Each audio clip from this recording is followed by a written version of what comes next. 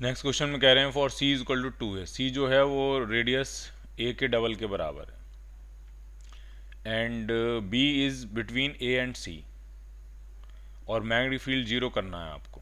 ठीक है, ये स्मॉल बी लिखा होना चाहिए, यहाँ कैपिटल बी लिखा है, यहाँ स्मॉल बी लिखा होना चाहिए। ठीक, तो अब जरा एक एक करके देखते हैं। ए बी सी तीन के लूप हैं, तो एक का जो ए वाले रेडियस का लूप है वो 3/4 है और वो एंटी क्लॉकवाइज है, इसका मैग्नेटिक फील्ड बाहर की तरफ होगा। और जो बी वाला है वो भी लगभग 3/4 है, पूरा 3/4 है, थोड़ा सा यहाँ पे गैप है लेकिन उसको पूरा मान लेंगे, लेकिन उसकी वजह से एंटी क्लॉकवाइज जैसा है तो उसकी वजह से मैग्नेटिक फील्ड बाहर की तरफ होगा। और जो सी रेडियस का लूप है वो पूरा लूप है और वो क्लॉकवाइज है, उसकी वजह से अंदर की तरफ होगा। और आप चाहते हो नेट जीरो, तो नेट जीरो मतलब नेट अंदर इज इक्वल टू नेट बाहर। तो किस किस का अंदर हो रहा है? तो एक तो ए का अंदर हो रहा है, यानी 3/4 of mu naught I by 2a, ये अंदर की तरफ है, और सी का अंदर की तरफ है।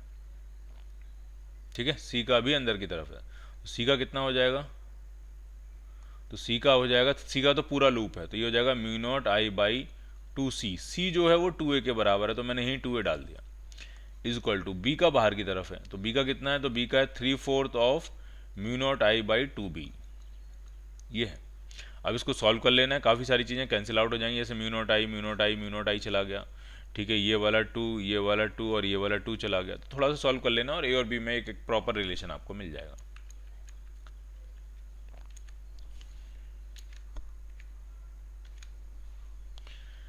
नेक्स्ट क्वेश्चन में मैग्नेटिक फील्ड पूछ रहे हैं कि किस डायरेक्शन में होगा, सिर्फ इतना पूछ रहे हैं। ठीक है, तो ये लूप अगर मैं फ्री हैंड बनाऊं तो कुछ इस तरह का है ये लूप। फ्री हैंड बनाता हूं मैं इसको। ठीक है, ये वायर ऐसे है, ये वायर ऐसे है, ये वायर ऐसे है। ठीक, उसके बाद एक वायर ऐसे है ये, और ये वायर ऐसे है, और ये वायर ऐसे, इस तरह से है ये लूप। ठीक, तो अगर हम यहाँ पे दो इक्वलेंट अपोजिट करंट्स बना लें तो उससे नेट में तो कोई फर्क नहीं पड़ना चाहिए। ठीक है, एक करंट ऐसे बना लेते हैं, एक करंट ऐसे बना लेते हैं, और फायदा में ये हो जाएगा, ये लूप अलग हो जाएगा, ये लूप अलग हो जाएगा। तो इसके और यहाँ पे मैग्नेटिक फील्ड पूछ रहे हैं बीच में, यहाँ इसके भी इसके मिड पॉइंट के सामने और इसके भी मिड पॉइंट के सामने, दोनों के मिड पॉइंट के परपेंडिकुलर पे यहाँ पे कहीं पूछ रहे हैं। तो इसकी वजह से जो मैग्नेटिक फील्ड होगा, इस लूप की वजह से, इस लूप की वजह से जो मैग्नेटिक फील्ड होगा वो ऊपर की तरफ हो जाएगा, उसकी डायरेक्शन ये बनेगी। और इस लूप की वजह से जो मैग्नेटिक फील्ड होगा वो सामने की तरफ हो जाएगा, तो उसकी वजह से डायरेक्शन यहाँ बनेगी। तो नेट मैग्नेटिक फील्ड कहीं कहीं ऐसे आएगा, एकदम बीच में आएगा, क्योंकि जब सब कुछ आइडेंटिकल है, करंट, एरिया, डिस्टेंस वगैरह सब कुछ, डायमेंशन सारी आइडेंटिकल है, तो कहीं बीच में आएगा। तो बीच में ये एक्स एक्सिस है, ये वाई एक्सिस के बीच में कहाँ आएगा? तो आएगा आई प्लस जे कैप, नहीं सॉरी, आई एक्स एक्सिस और जेड एक्सिस है, ये जो एक्सिस है वो एक्स एक्सिस है। ठीक है, और ये जो एक्सिस है ये जेड एक्सिस है, तो एक्स और जेड के बीच में आएगा, तो ये आएगा आई प्लस के कैप। यूनिट वेक्टर अगर हम बनाएं आई प्लस के कैप अपॉन √2, ये बनेगा इसका यूनिट वेक्टर। ठीक, तो आंसर क्या बनेगा आपका? D part.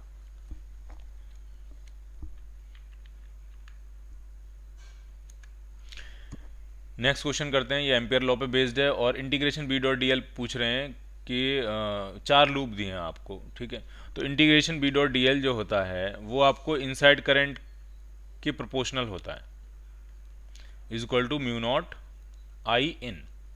अब आपको ये देखना है कि किसके अंदर करंट ज़्यादा है, किसके अंदर करंट कम है। जैसे मान लिया ए वाला लूप देखें, एक तो देखना मुश्किल हो रहा है, ए वाला लूप कौन सा है? ये वाला लूप है ए वाला, तो ए के अंदर 2 एम्पियर करंट अंदर जा रही है, 2 एम्पियर करंट बाहर जा रही है, इसका मतलब ए का तो B dot D L zero हो जाएगा। ठीक है, तो ए का तो आ गया आंसर जीरो।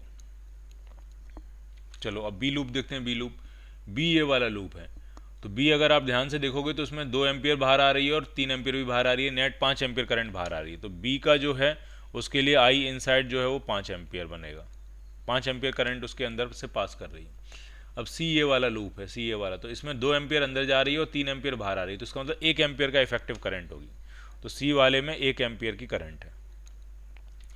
अब डी वाला ये सबसे बड़ा लूप है, तो उसमें 2 एम्पियर बाहर है, 3 एम्पियर बाहर है, 2 एम्पियर अंदर है, तो 2 एम्पियर से 2 एम्पियर कट गया, 3 एम्पियर बाहर आएगी, तो डी वाले में जो नेट इफेक्टिव करंट है वो कितनी आ जाएगी? 3 एम्पियर। अब आपको इसी ऑर्डर में लगा देना, तो सबसे ज़्यादा जो वैल्यू होगी, स्मॉलेस्ट टू लार्जेस्ट लगाना, तो सबसे कम वैल्यू ए है, फिर सी है, फिर डी है, फिर बी है। तो ए है, फिर सी है, फिर डी है, फिर बी है, तो आंसर क्या बनेगा आपका? B part.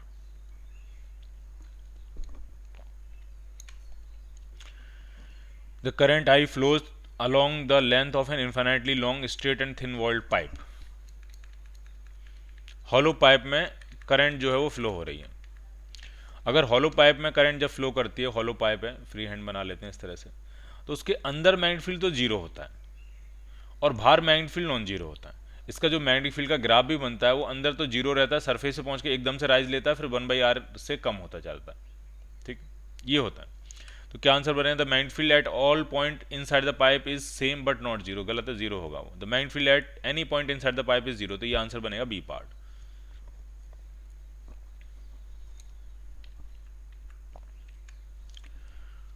नेक्स्ट क्वेश्चन में कह रहे हैं the current of 1/4 pi ampere is flowing in a long straight conductor. The line integral of magnetic induction around the closed path enclosing the current carrying conductor is. तो line integral जो होता है Ampere's law में B dot D L वो mu naught आई के बराबर होता है। तो म्यू नॉट आई और आई आपको दिया 1/4 पाई, तो ये म्यू नॉट अपॉन 4 पाई हो गया। और म्यू नॉट अपॉन 4 पाई की वैल्यू होती है 10⁻⁻⁷ ये आएगा। और ये इसकी यूनिट बनेगी, यूनिट क्या बनेगी? तो यूनिट बनेगी मैग्नेटिक फील्ड इनटू लेंथ की यूनिट। मैग्नेटिक फील्ड होता है वेबर पर मीटर स्क्वायर और लेंथ होती है मीटर, तो मीटर से 1 मीटर कट जाएगा, तो इसकी यूनिट बनेगी weber per metre. A part.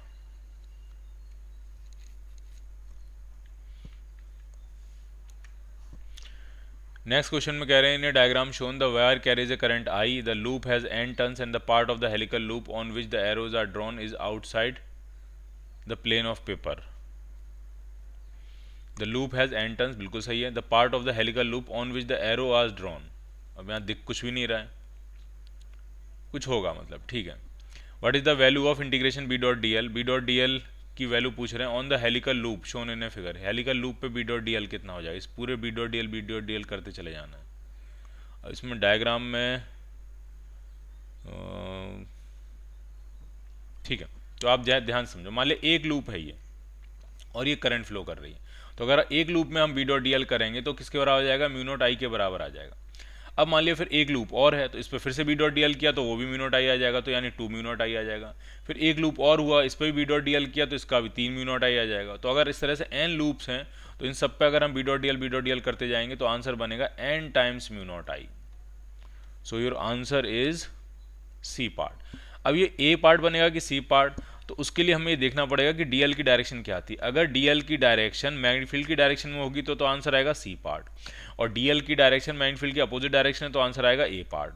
तो वो आप अपनी बुक में देख लेना ध्यान से। जहाँ तक मुझे नज़र आ रहा है मैं अभी चेक करके बताता हूँ आपको, क्योंकि डायग्राम इसमें तो कुछ साफ दिख नहीं रहा है, और जो बुक है बुक में भी साफ बिल्कुल नहीं नज़र आ रहा है। तो अब क्या किया जाए फिर? तो फिर ऐसे कर लेते हैं कि आंसर दोनों ही फिर बन जाएंगे depending upon DL same direction में है बी के कि अपोजिट डायरेक्शन में। Cylindrical wire of radius R is carrying current I uniformly distributed over its cross section. If the circular loop of radius r is taken as an Ampere loop, then the variation of integration b dot dl over this loop with radius r will be best represented by। तो देखो जरा, मैं उसको cross sectional part बना रहा हूँ top view करके। मान लिया ये आपका वायर था और ये उसका क्रॉस सेक्शन है और इसमें करंट आई फ्लो हो रही है, ये करंट आई है टोटल, ठीक है। क्रॉस सेक्शन है वायर का, कोई लूप नहीं है, ये क्रॉस सेक्शन है वायर का, इसमें आई करंट फ्लो हो रही है। और बात चल रही है integration B dot D L R के साथ कैसे वेरी करेगा। तो ये तो म्यू नॉट आई के बराबर होगा। अब आपको देखना करंट कैसे वेरी करेगी। तो अगर यहाँ से हम स्मॉल आर रेडियस का एक लूप लें तो इसके अंदर करंट कितनी पास करेगी? तो पाई आर स्क्वायर एरिया से करंट पास कर रही है टोटल आई, ठीक। तो यूनिट एरिया से कितनी पास करेगी? आई अपॉन पाई आर स्क्वायर, ठीक। तो पाई स्मॉल आर एरिया से कितनी पास करेगी करंट? तो वो आ जाएगा pi I times pi small r square into pi capital R square. तो ये पाई से पाई कैंसिल आउट हो गया, तो आई इनसाइड जो ये यहाँ पे वैल्यू डालेंगे वो आपकी आ रही है I times small r square upon capital R square. यानी जब तक हम सरफेस तक नहीं पहुँच जाते तब तक करंट जो है वो आर स्क्वायर के पैटर्न में बढ़ेगी, ठीक है। इस तरह से बढ़ेगी करंट पैराबोलिक शेप में। लेकिन एक बार हम सरफेस पे पहुंच जाएंगे और सरफेस के बाहर कोई भी अगर आप लूप लोगे, अब करंट नहीं बढ़ेगी, तो अब तो करंट वो टोटल करंट के बराबर ही होगी। तो ये ग्राफ ऐसा बनेगा। तो आपका आंसर बनने वाला है बी पार्ट।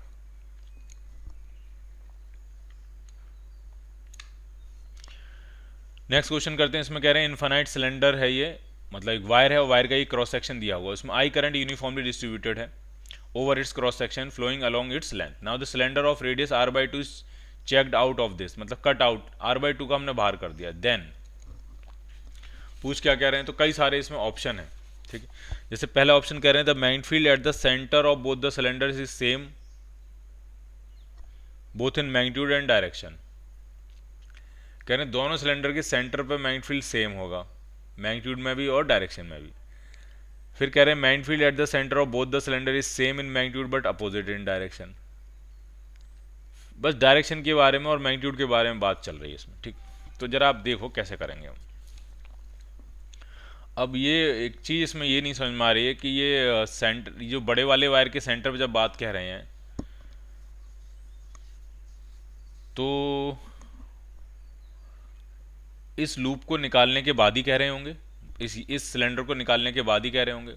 तो पहले इस सिलेंडर के सेंटर पे निकाल लेते हैं कितना होगा। तो वो निकालने का तरीका क्या है कि हम क्या करेंगे कि पूरे वायर की वजह से निकालेंगे सेंटर पे कितना होगा, और इस वायर की वजह से जितना होगा माइनस कर देंगे। इस वायर की वजह से तो कुछ होगा नहीं, किसी भी वायर की वजह से अपनी एक्सिस पे तो कुछ होता नहीं है, तो पूरे वायर की वजह से यहाँ कितना होगा वो हम निकाल लेते हैं। तो फॉर्मूला लगाने जा रहे हैं, बी का फॉर्मूला वैसे याद होना चाहिए आपको इनसाइड का।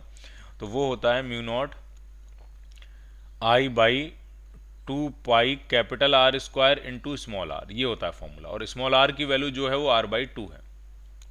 तो सबसे पहले मैं इस पॉइंट पे निकाल रहा हूँ, इसका नाम ए रख लेता हूँ, ए पॉइंट पे निकाल रहे हैं हम। तो बी ए कितना हो जाएगा, तो ये बनेगा mu naught I upon 2 pi R square, और स्मॉल आर की वैल्यू r/2 है, तो एक आर से एक आर कैंसिल आउट हो जाएगा। तो ये आ गया mu naught I by 4 pi are.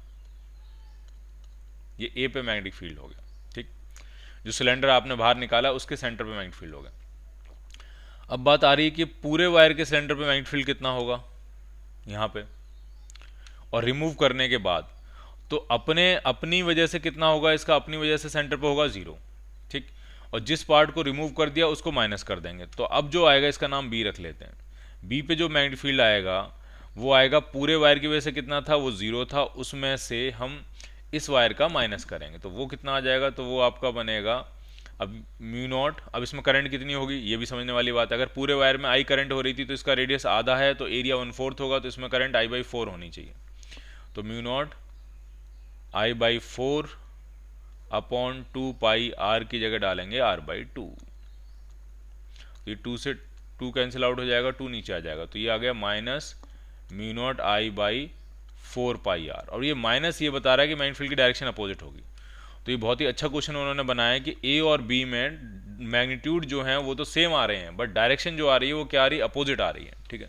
तो magnetic field of at the centre of both the cylinder has same magnitude but opposite in direction, so your answer will be B part. बहुत ही अच्छा क्वेश्चन था ये।